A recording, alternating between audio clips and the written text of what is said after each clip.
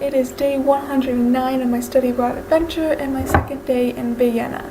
I started off the day pretty slow after that awful night the night before, trying to relax and get some Wi-Fi things done and my something I needed to do for the Dakefish internship. But I just decided to start off with looking downtown. I had an agenda, but once I parked, I was like, building, so I went looking and came to, I believe the tall spiral building is City Hall, and outside City Hall is probably the main Christmas market, I'm guessing. So this building. And oh my goodness, just the big thing about today was every time I turned around in this district of historical places was another Christmas market. Like, oh my goodness, I could not believe how many there were and these stands all a lot bigger than the ones here in Budapest. Like, you could just get anything. Like, I don't know why you'd shop anywhere else in Europe other than at these Christmas markets that I just saw in every city and everywhere, and they're really, really cool. And I mean, so I just explored, and I did eventually go inside City Hall. It was closed though, other than the Christmas functions, and you see a picture of the halls there. Of course, I take pictures of the food because it just blows my mind. And you'll see a picture of the hall here pretty soon, and across the wall was a cookie decorating station, and just super Christmassy. I just could not believe it. And the rest of the City Hall was closed though, so I didn't get a look around. And at that moment I was like, I know I kind of dissed seeing beautiful churches yesterday, and I was like, no, actually I really wish I could just see every single one. Like, they are what you expect at this point, but at the same time they're still so beautiful. So yeah, this is that hall, just so Christmased out. It's definitely putting me in the spirit a little bit, seeing all this stuff. And then I went outside and found a chocolate fountain station and got some chocolate covered strawberries for lunch, which you're going to see in a little bit, as well as then I decided to get pizza langosh, which, if you know, here in Budapest that's an item. So I was amazed to find in Vienna, and in Vienna they have a whole bunch of different langosh items. It is so gross and bad for you, but at the same time was so yummy. So here's the chocolate fountain station, and I got some strawberries in a cup and just white chocolate, and where I ended up like drinking the chocolate. It was very, very good. And went exploring a little bit until I finally got to the palace.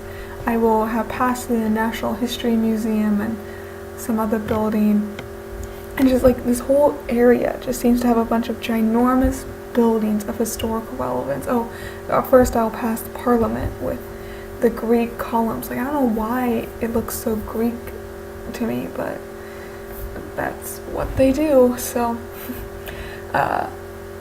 yeah, so the building, the National History Museum, there's something across the way of another museum. I didn't go in just because the problem with Vienna was I kind of just went, that's the pizza langosh. Oh, and this ice rink. They made an ice rink just next to the City Hall, like just a man-made place in this park, and they go round and round the trees and statues, and there was a inflatable Christmas globe, and then here's Parliament, and this is all close together. The thing about Vienna was I went just because everyone else was going, and I figured it was something cool to see.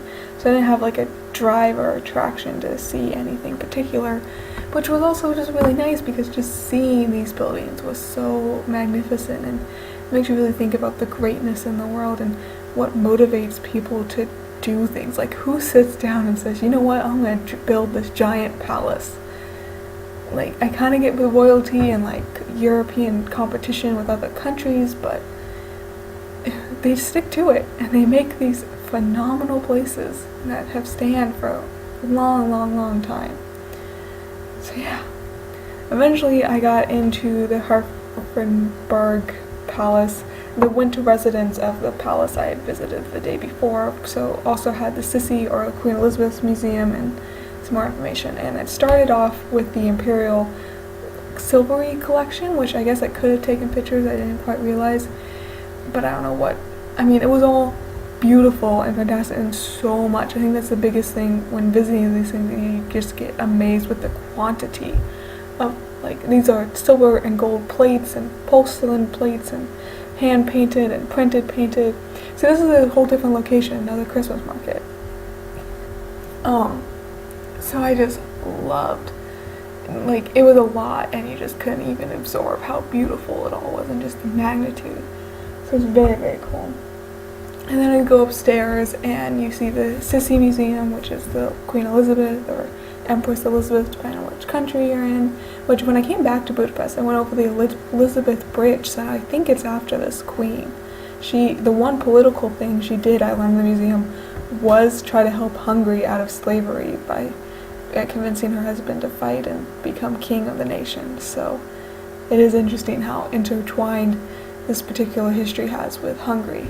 So that alone gave me a lot of interest, because kind of why I went to Romania was for the Hungarian historical sides, and being in Vienna I got to see some, not a lot, of the Hungarian culture side as well. And that is Queen Elizabeth there, some statue of her. And I love this next picture cropping up is a guy playing the accordion wearing a horse mask. Who knows why? So, and we also saw the rest of the apartments, absolutely beautiful, and I was then supposed to go do something else, 2 other things, but I had misplaced what time it was, and trying to get around and making sure I could make it back to my car, and I was getting chilly after I'd finished up with the museum, that I just decided to head home. I had stopped at McDonald's for Wi-Fi and some coffee to help me drive on the way home, and yeah, just decided to head on home with a few more looks around different Christmas markets. But I probably head home at 4:30. I thought I was leaving at, I head home at 4:30, and I thought I was supposed to be leaving at 5 was the plan, but I actually wasn't even supposed to leave till 6, so I actually left an hour and a half earlier than I thought. And One Directions had me taking 3 hours home when it really only takes 2.5. So I got home about 7:30, I think, or 7. It was actually, I was very surprised when it was 8 o'clock. I was like, wait, there's no way it's 8 o'clock. It has to be later than that. And again, that time change really messes me up. But for me, the most interesting part was how excited I was coming back to Budapest. Like, I felt totally like I was coming home. Like, the joy in my heart of being back in Budapest was so surreal.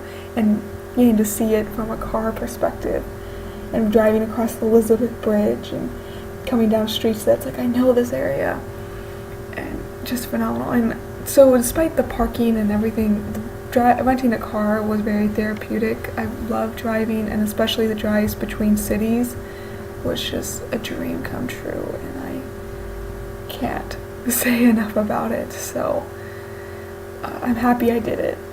This is the next day, and I did go return the car, and I was sad to see it go, and I can't wait to get home to my Impala. With the ice skating and everything, I was kind of missing my family for Christmas time, and that's the main thing that I'll be excited about going home about was Christmas. But I won't lie, I'm not going to be very excited to leave. I am loving my time and the experiences and just my life. And here comes a song or two.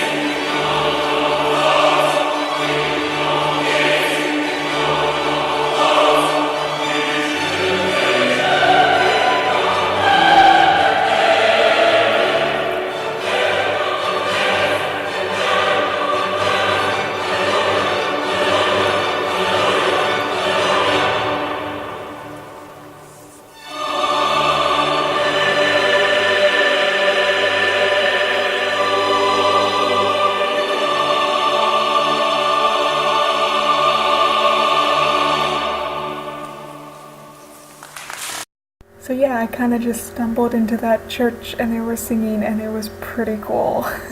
And it was singing everywhere. I think they must do Christmas pretty seriously because it was the first day of Advent and this was a political standpoint for freeing Syria. But it was really, really cool and I did have a good day and a great weekend. And as always, thanks for staying tuned to my adventure.